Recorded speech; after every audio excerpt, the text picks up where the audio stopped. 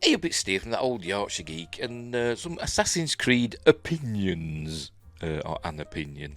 As you may know, Assassin's Creed Shadows, the latest in the voluminous franchise, Assassin's Creed franchise from Ubisoft, has been delayed until February next year. And everybody's, well, not everybody, but a lot of people are saying, "Oh, this shows how Ubisoft are, how they're failing, and they're going to make changes to it and all that," because it's been um, what's the word? Controversial. It's been controversial as Assassin's Creed Shadows because essentially it's set in feudal Japan in the 1600s or something, and it's got a black main character and a female main character. A black samurai who Ubisoft, are claiming it was based on a real person, which it is, but there's no evidence that he actually was a samurai, apparently. I'm not an expert on Japan. But anyway, it's called Yasuke. Some people pronounce it Yasuke, but I think it's Yasuke it's pronounced. But anyway. So that delay, I think there's another reason for it. And I think this opinion piece, which we're going to have a look at from gamesindustry.biz, may explain it. So here we go. Here it is. There we go. Assassin's Creed Shadows delay is a real gamble for Ubisoft. Opinion. But a clearer Q4 could mean a second chance for Star Wars Outlaws, and I think that might be the real reason they've delayed it, to give Star Wars Outlaws a better run-up, particularly to Christmas, because it's not selling well, apparently. Right, there's Yasuke. I can't remember her name. She's the other main character. I'm guessing you'll be playing as both of them. I bet it's going to be like Assassin's Creed. I forgot what it was called. The London one, Syndicate. Assassin's Creed Syndicate. Will it be like that? Because you had a brother and a sister in that, didn't you? You switched about between. Anywho, this is opinion by Christopher Dring, head of games B2B. What does B2B mean? I don't know. But anyway, here's what he's saying, is Christopher. I always felt like Star Wars Outlaws should have been a Christmas game. Shouldn't all games be Christmas games? All your big games should either be released in summer to become a summer blockbuster game, or Christmas to become a Christmas blockbuster game. But mostly Christmas, to be completely honest. Anyway, the title was revealed during the E3 that wasn't in 2023 and received a rapturous response. It skyrocketed to the top of media wish lists, and stole the show that year. A big mainstream open world blockbuster set in the Star Wars universe. As long as it's not rubbish, how could it go wrong? And yet it did. So many column inches have been preoccupied with the total failure of Concorde. Remember that? We did a video about it a few days ago. And understandably so, yet Sony's game was always a high-risk concept. They were trying to cash in on Fortnite and stuff like that, I think, weren't they? And it didn't work. But they gave up quickly, didn't they? 10 days after release, yanked it. Which is weird. Something else behind the scenes has gone on there. A new IP from a new developer in a space that PlayStation has little experience playing in, it was always a gamble. Star Wars Outlaws was none of those things. It should have flown off the digital shelves. Yes, it should, because it's a Star Wars game, it's a Ubisoft open world game, which they're really good at. Assassin's Creed, Far Cry, etc. But for some reason it hasn't worked. I was one of those people that bought it. I bought it for my son for his birthday. I don't think he's played it yet. I'm hoping he'll just lend it to me so I can have a go of it. But anyway. It continues a run of poor fortune and form for Ubisoft. And with anxious shareholders and a large wage bill, you have to fear the worst when it comes to the prospect of job cuts. The first indicator, to me at least, to Christopher, that Star Wars Outlaws might not deliver financially came during Summer Games Fest in June, a year on from its reveal, and there was almost a level of apathy to what was being shown. It's because Star Wars isn't the juggernaut that it used to be. Essentially, Lucasfilm and Disney have allowed Star Wars to die. It has died on the vine, I suppose you could say. Because they've just released, thing after thing of poorly received tosh, essentially. Apart from Andor, which were well received, but no bugger watched it. But anyway. Social media stats and wishlist data put the game behind not just the big reveals, but many of the smaller ones too. Of course, Outlaws was never going to get the buzz of a new announcement, but with less than 3 months to launch, it felt to me like the gaming world looked at it and shrugged. There are plenty of armchair analysts eager to explain what happened. It was the release window, the business model, the available platforms, the review scores, the inconsistency of recent Star Wars TV shows and movies, the fact the game's protagonist isn't a bloke, and that they uglified up the model that they based the character on, made her look bloody awful. She's gorgeous in real life. Don't ask me her name, I've forgotten. But for some reason, in the game, she looks big and ugly. But anyway. And we know that they can do good likenesses, because they had Giancarlo, what's his face? I forgot his bloody name now. From Walking... I forgot what they call the show. Breaking Bad and Better Call Saul. Him, Giancarlo. I'm blanking on his last name. Whatever, him. They had him in Far Cry 6, didn't they? And that were a good likeness, so they could do likenesses. Anyway, yet I can't help but wonder if the game was released... Hang on, I've missed a bit out. I'm not convinced by any of those arguments in isolation, certainly not the last one. Well, no, because it all depends, doesn't it? People are complaining about, you know, the main... Well, I forgot the name of the main character in the game as well. Vess, K-Vess... because, you know, men don't mind seeing female protagonists in movies and games as long as they're done well and as long as they're believable. They don't even have to be believable. If you're going to do I mean, for instance, tell you my bloody thingy, my memory. That game from Korea that were released. They did a demo of it. I forgot the bloody call it now. Tell you, I'm hopeless. I'm going to have to edit this out. I'm going to put there what it is, unless it comes to me. That one. She was like a stylised, sexy woman doing all this fighting and shooting and stuff. That's fair enough because it's stylised. Bayonetta as well is a similar sort of thing. And Tomb Raider, the original Tomb Raider series, where Lara Croft was a stylised female form, backflips and shooting. Fair enough. But when they try and make it realistic... that's where it kind of falls apart, because you're aiming for realism in your game, but then you're seeing this little girl essentially, or small person, beating up huge monsters or big bad guys, or knocking out stormtroopers with a hand, through their helmets. That's where people kind of get a bit miffed. No, I thought the name of that game came to me, but it didn't. Anyway, I can't help but wonder, says Christopher, that if the game was released in late October or early November, then it might have found some broader players. A bit closer to Christmas, people would have snapped it up for Christmas presents, wouldn't they? It is a big Star Wars thing of the holiday window. Well, it is since Disney took it, isn't it? I mean, it was always a May thing, wasn't it? It was a summer release. Originally it was Star Wars, but then Disney made it a, holiday Christmas thing, which is fair enough, whatever. An old school AAA gaming blockbuster for parents to buy with the PS5s they're getting their kids. Time it right, and a small Black Friday discount, yes, there's that coming up as well, isn't there? Would help achieve that too.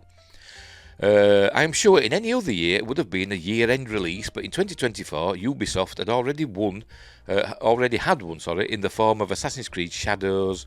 Assassins has always been a holiday game, has it? I've never noticed. And it's an IP that Ubisoft owns. There's no revenue to share with Disney on this one. It made sense to give that game the headline slot.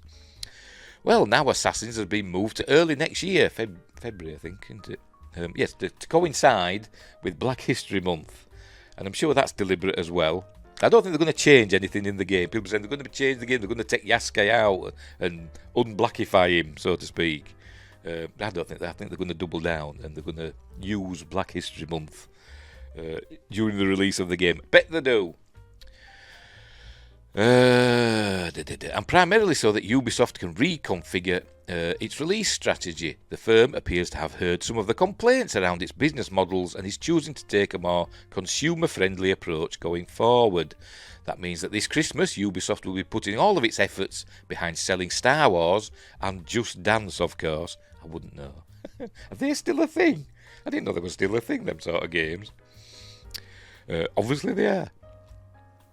But yes, because I think it's going to appear on Steam. It's Star Wars Outlaws. It might be already, but there's going to be like a big DLC apparently, isn't there, coming up for the holidays apparently. Anyway, the days when pre-owned effectively made it impossible for publishers to recover from a poor launch are over. There will be marketing activity that Ubisoft had booked for Assassins that can be repurposed for a second go with Outlaws. There's room for the game too. Call of Duty and Dragon Age. Excuse me. Are big games due this October, but that's about it for quarter 4. Although there are plenty of promising niche games on the slate. The game's critical reception has been broadly decent, and the dev team at Massive is working on a number of tweaks and changes to improve some of the areas that came in for a bit of criticism.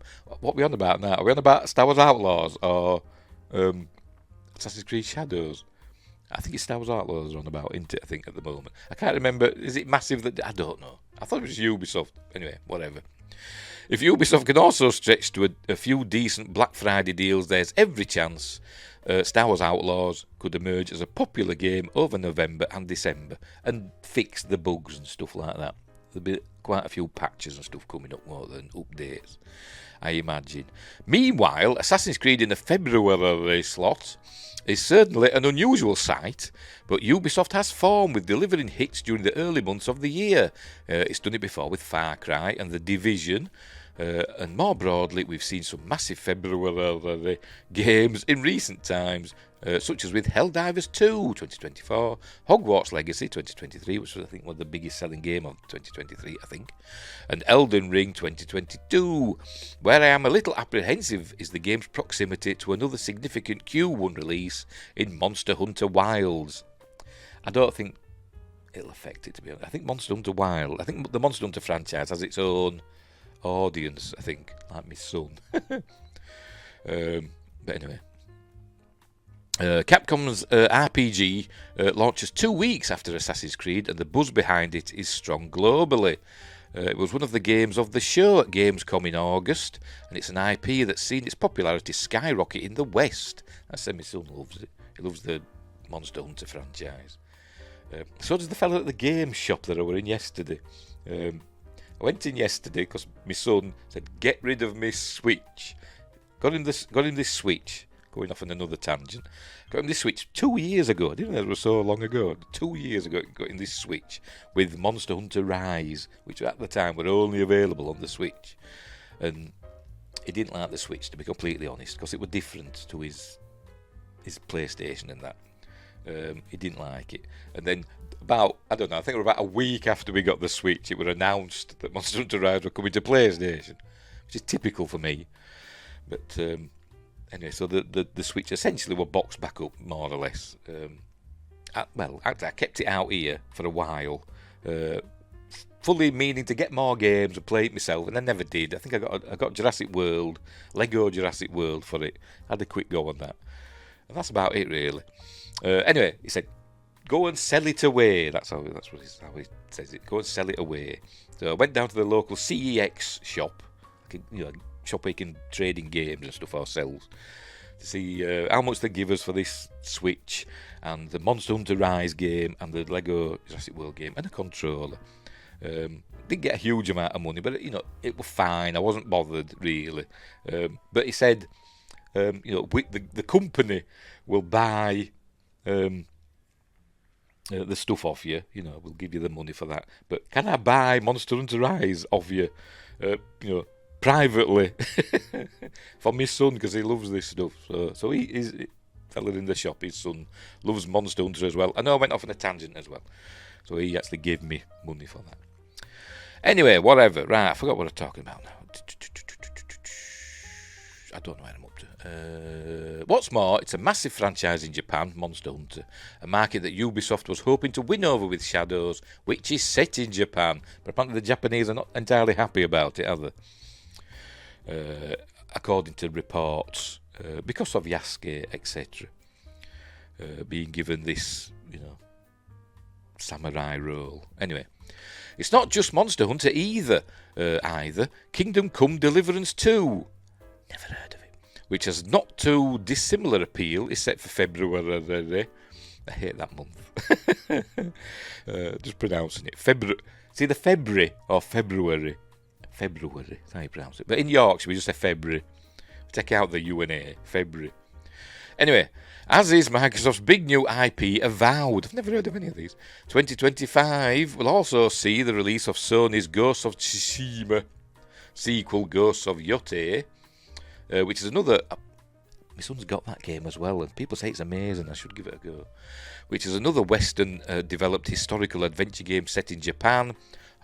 Saying that though, I've seen him, watching him playing. I didn't like the voices. Didn't like all these Japanese people going, "Oh, right, cool, blimey, governor," and all that. It did me head in. Anyway, although hopefully that one will launch a little later in the year. Ultimately, Shadows arrives in a competitive window, arguably more so than the November slot it was initially scheduled for, and Ubisoft will be mindful of the challenges Sony had when it released Horizon Forbidden West just a week before Elden Ring in Feb 2022. My son's played Horizon Forbidden West. He likes them games as well. I've not. I've not played Elden Ring because it'd be too hard for me and I just get angry. The stated aim for Ubisoft with this delay is so that it can change its approach to releasing games. As part of this announcement, the publisher has committed to launching its titles on PC via Steam going forward on day one. The Epic Games Store experiment simply hasn't paid off. The firm is also dropping its sometimes unpopular Season Pass business model and looking to engage its users at the same time without an early access solution. Whether these changes generate the desired goodwill amongst the community remains to be seen, but in pure commercial terms, if delaying Assassin's Creed can allow Star Wars Outlaws to perform strongly over the festive period, and if Assassins can still deliver the expected numbers in its new February slot, then it may prove to be a wise decision by Yves Guillemot. I know it's probably not how you pronounce it, but there's a bird, isn't there, called the guillemot, which is like a big black and white seabird, but anyway, and company. But make no mistake, it's a move that carries considerable risk. I don't know if it's... I think they made a wise decision to move Assassin's Creed and give Star Wars Outlaws a chance to nab some of that Christmas lucre.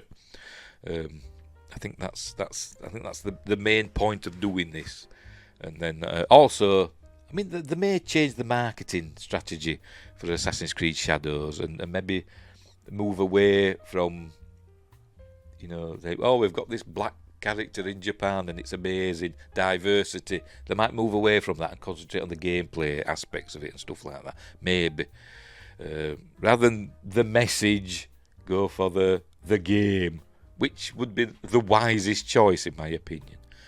But anyway, so there we go. I'm still looking forward to it because I usually like the Assassin's Creed games generally. Although I think I'm about half and half on the actual games. We'll go through them, shall we? I loved the first one. Didn't like the second one. In fact, I didn't like any of the Ezio ones. I don't know how many they did. They did Assassin's Creed 2, Brotherhood. I think they did another one, didn't they? I didn't like any of those. Maybe I'm, racist towards Italians. I don't know. Sorry, Tony from Hack the Movies. It's not true. And then Assassin's Creed 3. I wasn't entirely bothered about that either. Assassin's Creed 4. I loved Black Flag. That's one of the best games ever made, in my opinion. And then what came after that? I can't remember what came after that. Then we had stuff like Unity, didn't we? It was set in Paris, which looked good, but it was too busy. There was too much going on, and I lost interest in it. And then the Syndicate one in London, again, it didn't grab me. And what else have we had? Origins I liked, the Egypt one. Really liked that one. Valhalla and Odyssey. Not really bothered about. Didn't really, they didn't grab me. And I just lost interest in them and stopped playing. What else? Oh, there were Mirage, which were okay. I didn't mind Mirage. Although it seemed smaller. It seemed a smaller game than the others. I don't know if it was physically. It just seemed smaller than the others. And now we've got this one coming up, so we'll see, won't we? Again, I'm rambling again. What can I say? I do. It's what I do. Right. Let's get rid of that. We'll leave it there. So, thanks for watching. Wherever you are, look after each other. And until next time, I'll see you there.